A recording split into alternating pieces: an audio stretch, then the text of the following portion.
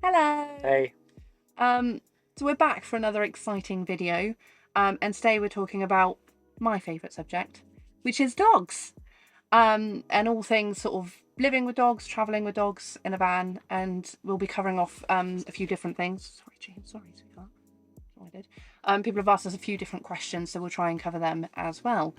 But starting us off is some introductions of the main stars of the show. Um, this little lady over here is Rory. We got Rory in 2017. She was about 9 months old at the time. Got her from Many Tears Animal Rescue in South Wales. And she's a good girl, but she has got a few different issues, a few behavioural issues with dogs, and she's fearful of things. So she's got a bit of a nervous disposition, but she's super cute. And then 4 years ago, we got Jeannie. Jeannie she was 3 years old when we got her, so she's now about 7. They're both about 7 years old. We got her from the same rescue as well, and she is more of the naughty one, isn't she? She is, yeah. She is Cheeky dog. one. So we got both the dogs before we moved into the van. We've always had vans. The ones before this were always smaller. So they've always been used to, from the get-go, we've travelled with them in vans on weekends and short holidays. So they were quite adjusted to it by the time we moved in. They both really like the van as well. Rory in particular said she's quite a nervous dog and she likes small spaces and her own sort of comforts and things. So for the van, it works really well for her. Jean really likes it as well too. And that's kind of one of the main things really as well to consider, I think, when living in a van with dogs, or when you're about to move into it, if you have a dog already, is to consider that it might be quite a big adjustment for them, and whether your dog will be able to cope with that adjustment or not, and how, with their behaviour, different behaviours and things, how it will sort of work. Because the other thing as well is we love travelling with dogs, don't we? But it is Well, no, we do. I think one of the best things about traveling with them is like when you go to new places, you get to experience it, through them as well, and the excitement that they have. And so we've gone so many places, and I'm like, oh, this is amazing because the girls will really love it. But then it has a lot of restrictions as well, and I would say sort of, we'll cover some of them, but I think the main thing sort of to consider is not everywhere is dog friendly. Going to cities and different places like that, or if you're going out to dinner and you want to leave your dogs, that can be a bit tricky. Where you're traveling as well, different climates, that's probably one of the most restrictive things that we found, is particularly if you're in really hot weather, is being able to keep them cool and looking after them. And then where you're going to park up, some parking spaces, park ups might be more suitable for some dogs than others. And yeah, so we'll just kind of go through, I think, kind of the different aspects of how we travel with them, what works for us, and hopefully you'll find some of it informative. yeah. So I'm going to cover how we got here. So one of the things that is frequently asked on our Instagram, or just when you're in like the Facebook groups, you see a lot, is how to travel outside the UK with pets. So you've got two options basically. You've got the animal health certificates and you've got the pet passports. So I'll run through both options quickly, and then also how you re-enter the UK with your pets as well. So option one is, since Brexit in 2021, there was the animal health certificate was introduced. So you can travel with up to 5 pets per animal health certificate. These range massively from, we've seen them for like 50-60 pounds all the way up to like 200 pounds. It's Like per dog, yeah, like it can be. per dog, yeah, depending on the vets that are issuing them. They're valid for 4 months from the date of issue. So that's the date of issue, not the date that you enter the EU. So that's something to bear in mind. And then if you're going to be traveling for under 3 months, you can return into the UK on that health certificate.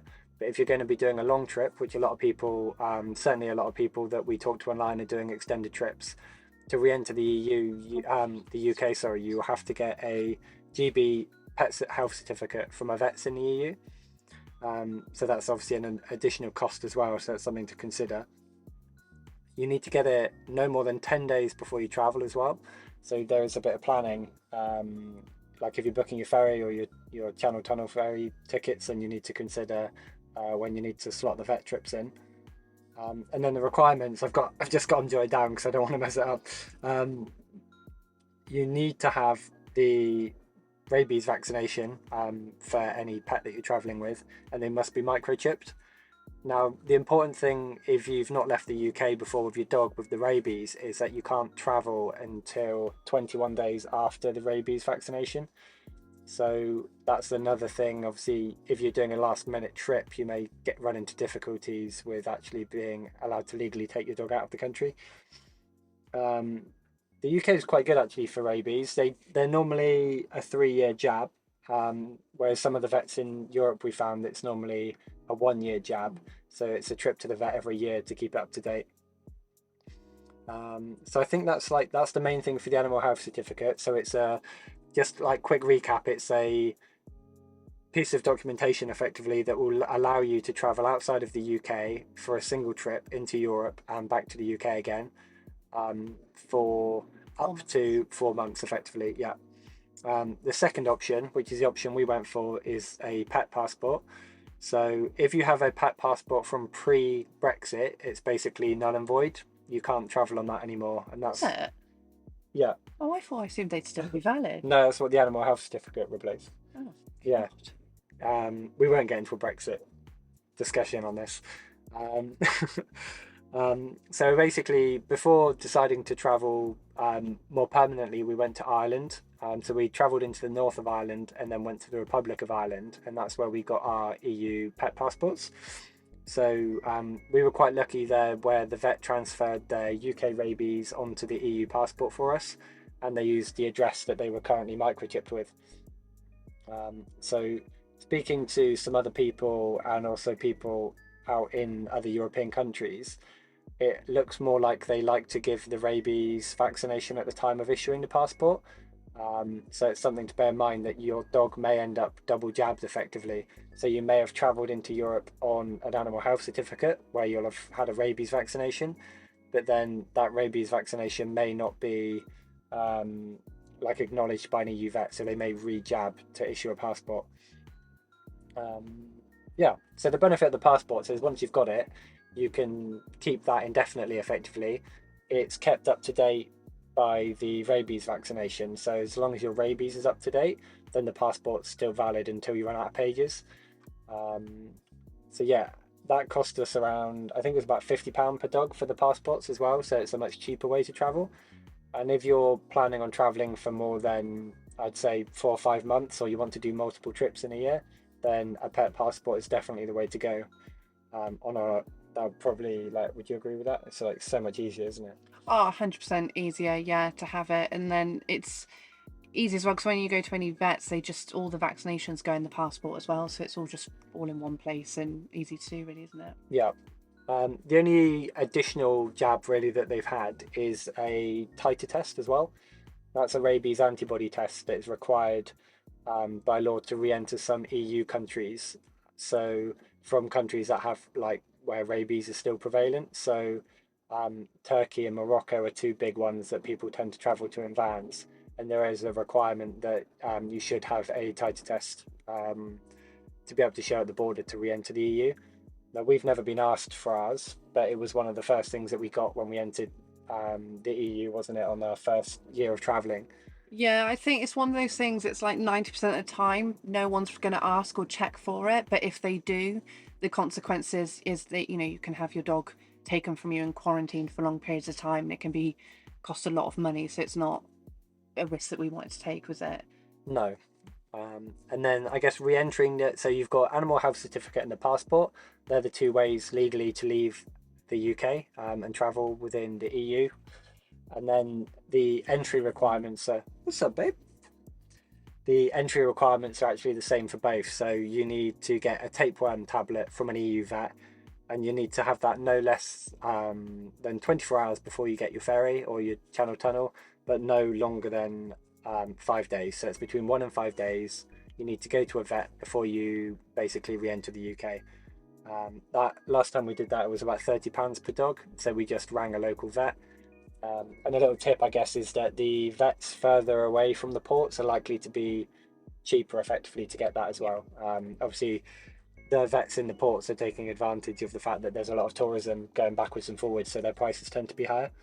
Um, so yeah, that's it really. That's all you need. So it's not overly complicated, but you find like a lot of conflicting information online. So that is our recommendation is for the pet passport. But if you haven't got that, then obviously you can travel on the animal health certificates as well.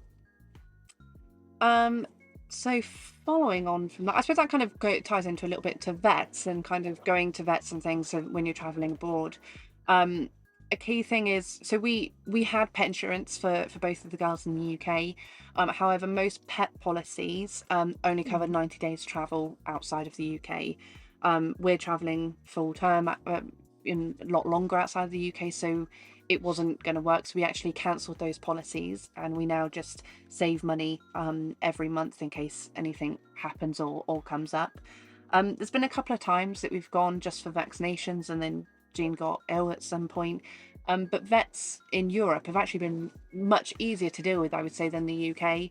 Getting appointments has been quite easy. They've been quite efficient, quite helpful, I think. Even in places where there's been a bit of a language barrier, it's been Yeah, pretty good, isn't it? on that point, I say when we so no, normally we do like a Google search for vets in the area, but when I've contacted vets, I normally wow, it's just got super windy.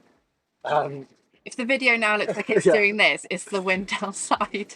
Um, I normally send an email in the local language just using Google Translate and then English underneath. And we've not had any difficulty so far doing that. So I think that works really well. If you don't speak the local language, then I'd recommend reaching out by email first. But yeah, otherwise, I said we've not had any problems at all. And I said with the pet passports as well, any vaccinations and things that you get are all listed in there. So that's actually worth mentioning as well. Is when they it's how they record vaccinations as well. So anywhere we've been, they have straight away asked for pet passports every time we've gone to a vet, so that they can put it in there. I don't know how that works if you're on an animal health certificate, but I don't think it'll be an issue. Um, Food, I suppose, is the next one. Dog food. Yeah. So when we first did I'm just going to shut this fan quickly. The It's weather in really Portugal blowing. is delightful at the moment. Constant rain and wind. Yeah, food. So when we first left the UK, we had them on a mixture of wet and dry food. So you're not really meant to you're not meant to travel, bring obviously like meats across, but we've brought quite a lot of dog food with us. And the first, so they were to keep some stability for a couple of months and keeping them on the same diet. Obviously, a lot of brands you won't find are consistent between different European countries, and then as soon as you go to like Montenegro, Albania, Turkey, and further afield, you'll find that the brands are like really different. So what we've done is wean them onto dry food only now, and it's been fine. So the main places to buy the food are dedicated pet shops. You can get them in supermarkets and also in garden centres as well, but the range is normally like considerably less. And if your dog has specific requirements, like if you want like probiotic food or grain-free food, then I'd recommend going to an actual pet shop to do that because there's definitely a better range in general there. And there's a lot of pet shops as well, isn't there? I think everywhere we've been, we found so many pet shops. It's quite easy to find, isn't it? Yeah. Hopefully the audio is not like totally wrecked now because it is pissing down.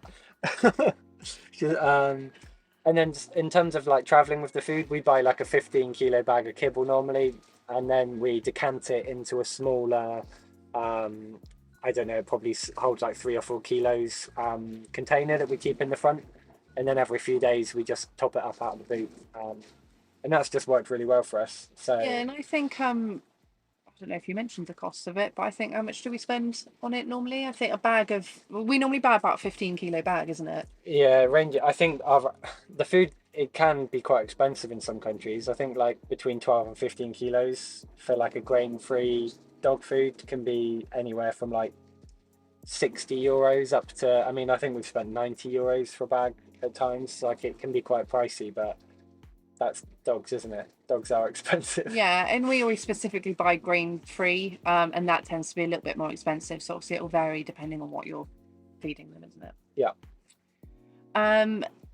So another exciting topic is dog accessories in the van, because there are so many. I think even with it, however you're living, a van or a house with a dog, you've always got a load of stuff that goes with them. But things that we've got that I would say are really useful and quite handy to have in the van.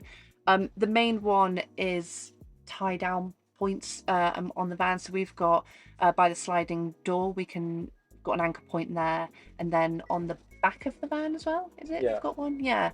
And that's really helpful, particularly because when we're parked up somewhere nice and the girls can just be outside, particularly when we're working and during the week and things, we just have them tied up outside. Rory in particular is an outside dog. She much prefers to be outside as much as possible, so she'll happily lay out there all day. Jean less so, she's more about the bed. But particularly then as well, in summer, they both were outside all the time, but they then would climb under the van, so then that was normally the coolest spots. That worked quite well in terms of that. Other things that we've got, we walk them on halty leads. We found them really good because you can change the length of them and stuff, so that's worked quite well, particularly when we've got them tied up to the van. We also have what is it? What would you call, like, long leads? They're just long lines. They're the training. Like if you buy a dog or if you have a puppy and you train it, I think they're just long lines. Yeah, they're like 5 or 10 meters normally. Yeah, and they're quite good because then if they've got a bit more space outside, then we sometimes put them on the longer leads so they've got more space to sort of wander around the van if we want to, or if we're out somewhere where they want a bit more space, but we can't be having them off their leads necessarily. We always walk them normally on their collars for just their daily walks, but when we do longer walks or we're going hiking and things, we have harnesses that we have for them that are quite useful. We also have harnesses as well that we attach them to, so actually for hiking that's really, really good. I would recommend that. The water bowl that we've got is a road refresher. Quite a lot of people that we've come across that travel with dogs in a van have them. They're like an anti-spill bowl, and they're really good. 5 stars, because we've had no leaks or anything, and yeah, that's been quite good. So that's a road refresher. I would recommend that as a dog bowl. We have little LED lights that we put on their collars, so if we're going out at night, we put them on there so that we can see where they are, particularly if we're going to let them off at all. They've been quite useful. We have head torches as well for when we walk them at night. It just makes life a lot easier, particularly because we often park up in more sort of remote places where there's not any street lights or anything.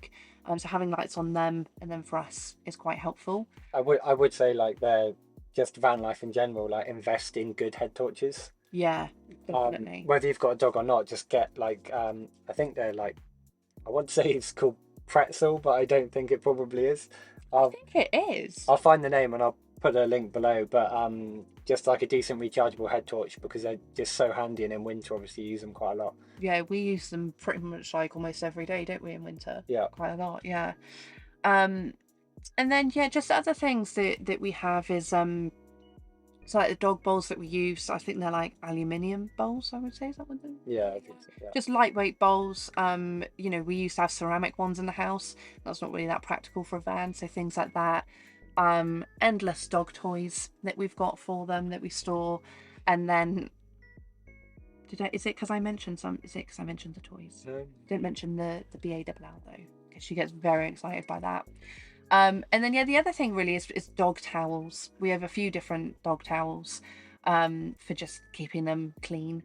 I'll probably go on to a bit more in a different topic about keeping dogs clean in the van. But yeah, I think they're kind of the main accessories that we have, haven't we? So I think I've missed. Yeah, I'll add one more, and that's the lead splitter. Oh yeah. So we have 2 more. The lead splitter, which is just it's like a metal ring that splits a lead into 2 for 2 dogs. But the benefit of that is as well that obviously you can wrap it around things, so that's really good. So you can wrap it around like an alloy wheel or a tree or a picnic table, and then put the leads onto that. So that's really good. And then the other thing I would say is just to get a handful of carabiners as well, and not suitable for climbing carabiners that are like £2 on Amazon. Like get a couple of good ones that can that are actually safe and strong to secure a dog to, because they're so handy for like clipping dogs to various bits and pieces. So that's another good accessory to get as well. Yeah. But I think that's it on accessories. Apart from the little things that we've got in the van for sort of security, safety type things, isn't it?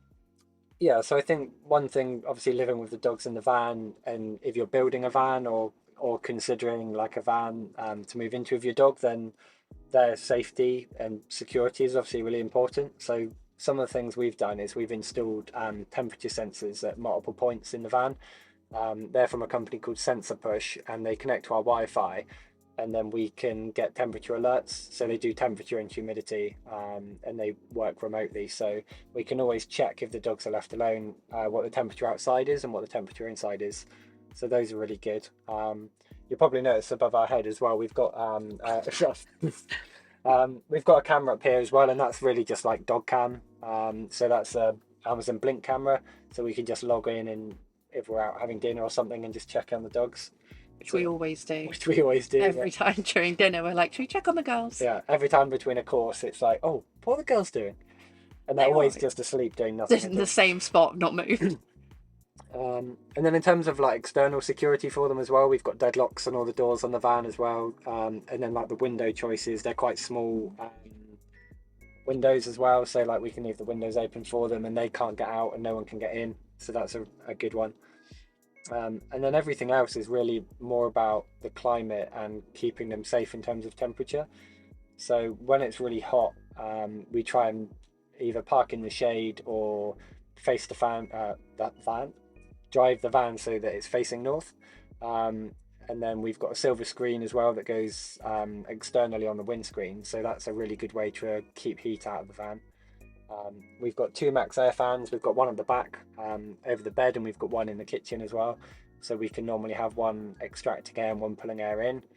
And also the Truma boiler we have has a vent mode where you can pull air in at floor level.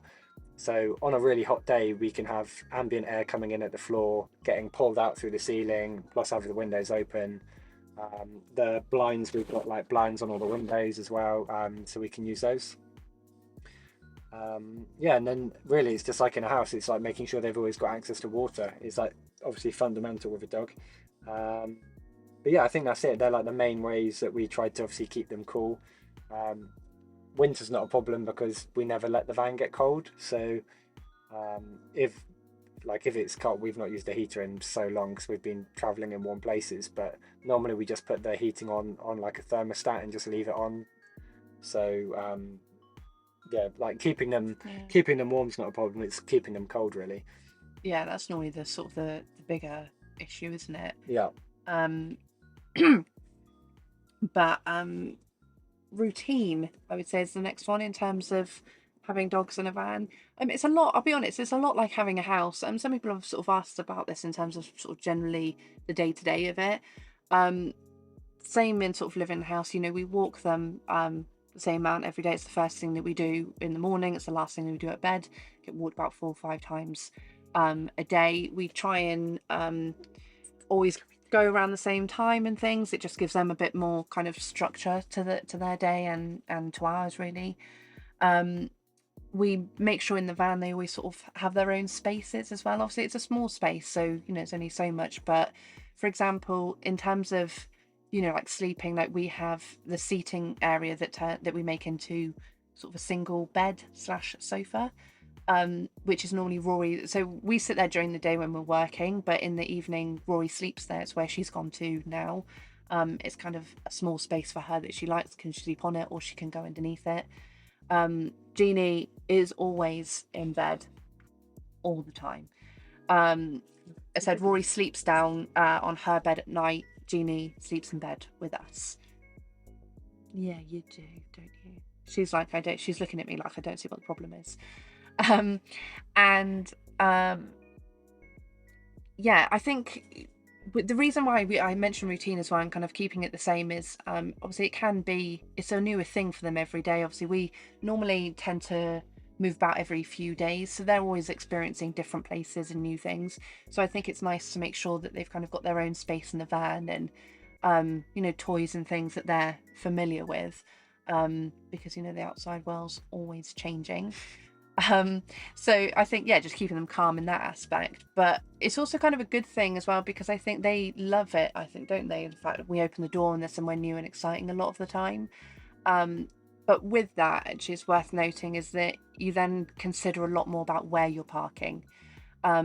We don't tend to park near roads, lay-bys, sort of busy areas. Because I said, we, even if we've just stopped somewhere just to sleep for the night, we still have to take them out first, before we go to bed at night, and then first thing in the morning. So it's always making sure we're somewhere where we can take them out for a walk. Particularly as well, because we don't have them off their leads that often, or we like to, don't we? But it's not always that simple. Well, we have them off as much as we can, but it depends on the park up for sure. Yeah, so we're always making sure that we're in park ups that are, I suppose, a bit more remote and sort of out in nature, as it were. I said Rory's quite a nervy dog, so things like cities, busy towns and stuff, she doesn't cope that well with. She's also very reactive to other dogs as well. So we're always mindful of that where we're parking up. Sorry, I thought Jean just made a noise there. But she didn't. But yeah, I think that's kind of most of it in terms of the routine. Yeah, I guess like a quick tip that we sort of use like personally is that if we're looking for park ups, like using apps or anything like that, we normally look at the location like a little bit more holistically than just where we're going to park. So might go on like Google Satellite or the All Trails app and see if there's like footpaths or trails near where we're going to stay, and make sure that there's somewhere always to let them out or walk them. So yeah, that's just a good little thing as well, is to not just consider where you're sleeping, but what's around where you're sleeping as well. Yeah. So we can take him out. Yeah, and you talked a little bit about Rory being reactive. So one of the things that we get asked quite a bit is about strays. So and like how we deal with the stray dogs. So the countries that we've personally travelled to where there are the most strays would be Greece and Turkey. And on the whole, we've not really actually faced any issues with this. We find that the strays are actually quite placid, really. They're quite friendly because they're obviously trying to like survive on the streets, and they have to survive with other dogs and be able to approach people for food and stuff. So they've not been very confrontational with ours. They don't tend to be territorial. No, it's been really good for Rory because, as I said, she's quite reactive to, she's quite reactive to other dogs, but she's not a particularly aggressive dog. She just has sort of trouble saying hello. So actually, with the strays not being confrontational, it's actually, we've had some of the best experiences, I think, being around stray dogs, haven't we, in terms of these two? Yeah. So yeah, sometimes like it's the person that's the problem, not the dog. So when you take the people out of the equation, then the dogs can just sort themselves out, and they're quite happy. Some things to look out for, I guess, is that certainly in Greece and Turkey, in quite a lot of areas, the strays are relatively well actually looked after. So they're not sort of like super malnourished. I was going to say, I don't even know what word I was getting in. And you might notice that some of them have like tags in their ears, like cattle tags. So they basically take the strays off the streets and they spay on neuter them. They normally vaccinate them, and then they tag them and put them back on the streets again, effectively. So you tend to know which are like the safer dogs to be around as well. Yeah, because if your dog isn't vaccinated or neutered or spayed, then it's just worth kind of noting that, isn't it? If they're then interacting with strays. Yeah, if your dogs are going to be off lead, but that's sort of your own responsibility, isn't it?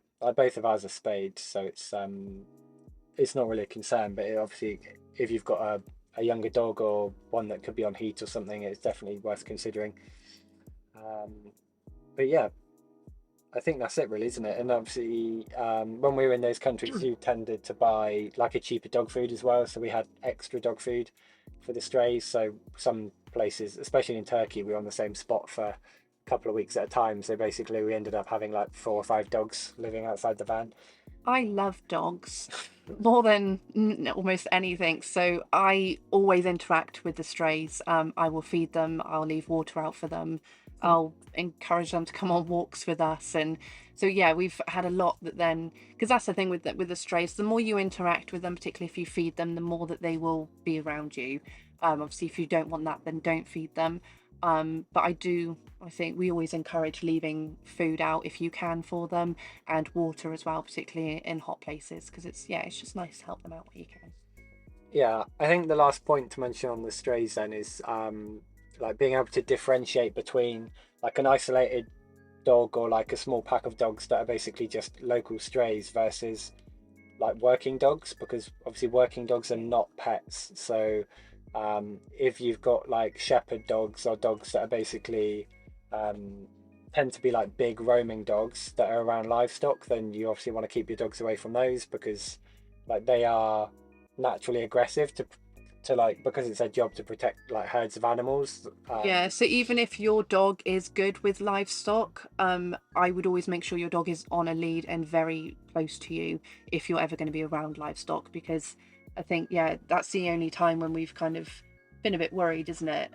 Yeah, what the Turkish breed I think is The Kangal. Kangal, yeah.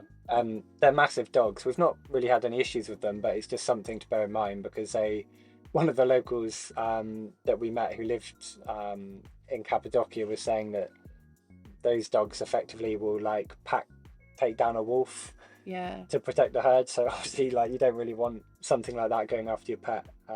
Yeah, and you get a lot of like goat farmers and things out wandering as well. And so normally if you ever hear, goats or animals coming, it's very likely that there will be a dog around as well that's just free roaming that's protecting them. So that's always worth to be aware of, because I think you will run into problems if your dog is off lead and running around them.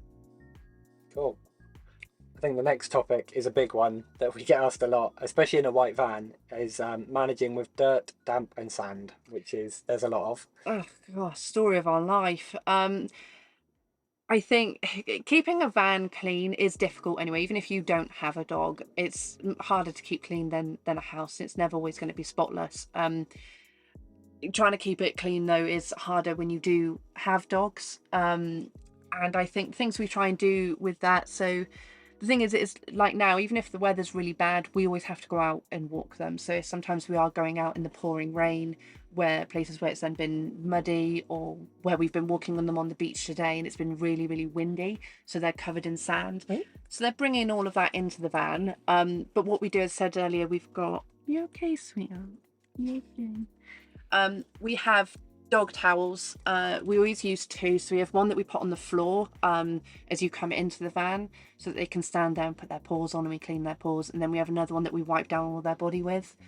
If they're particularly dirty, if they've been, as they like to do sometimes, run into a bog, or a smelly pond, or just, I mean, Jean loves rolling in like a fish carcass or something. oh, and bird poo, she just loves to roll in it, and sometimes I don't get to her in time to stop it. So that's when the shower comes out. We have a shower on the back of the van, an outdoor one, which is really, really useful for cleaning the dogs. And then we've got dog shampoo that we keep at the back as well. Unhelpful because they both hate it with a passion, don't they? They'll paddle in the sea and lakes and things, but they hate the shower. But it is useful to have, because then we can hose them down and clean them if it's particularly bad. And then in terms of being in the van, we have like this blanket now, which is covered in I sand. mean, yeah, we shook this out a little while ago, but we've been to the bit. I'm literally, this is like sandpaper. Like this is a low grit sandpaper. So if we were going to repaint the van, we could just like sand it sand down it down with this blanket right now. But yeah, we have blankets on this, on our on the sort of the chairs, sofa bit down there. We have blankets as well, just to protect the cushions and like the bed and stuff, because it's where they sit during the day. And as much as we clean them, sand just goes everywhere, doesn't it? Yeah, well, I guess we've had like a couple, not many, but a couple of like travel sickness related throwings up, effectively, where like the blanket is made like a bad job considerably better to deal with than if it was like on the cushions or on the duvet. So yeah, like that time Jean ate a dead fish and decided to bring it back up. oh. It was not good. used. So having things covered with blankets that you can either throw away or just easily clean is a big thing. We sweep the van regularly as well. Every morning we shake out all the blankets and everything. We hoover the floor and sweep and everything as much as we can. And the sweeping we probably do a couple of times a day as well, particularly when we're at the beach, because there's always just a lot of sand coming in from us and them. Um, I mean, just on that, I mean, that sounds like a lot of effort, but actually, like, your floor space is what, like, I mean, we've probably got like 3 square meters of floor space to sweep, so it's like a 30-second job each time you've got to do it, but you do have to do it regularly.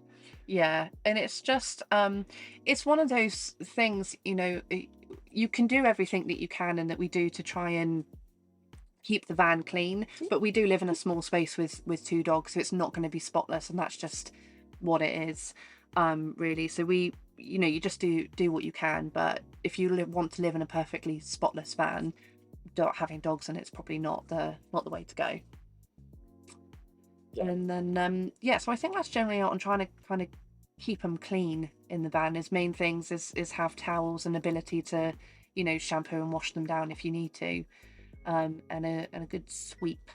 Yeah, and considering as well whether you have a van now and you're traveling, or if you're building or planning a van, is considering like where these things live as well. So where do you store your pet stuff, and then like your towels, when they're clean and dry, it's obviously easy and they can get mixed in with other things, but when they're wet and sandy, you want somewhere to be able to hang them up to dry. So whether that's like in your shower, or if you've got hooks to hang these things on, so that's definitely something to consider, as well as like the storage that you sort of need with them as well.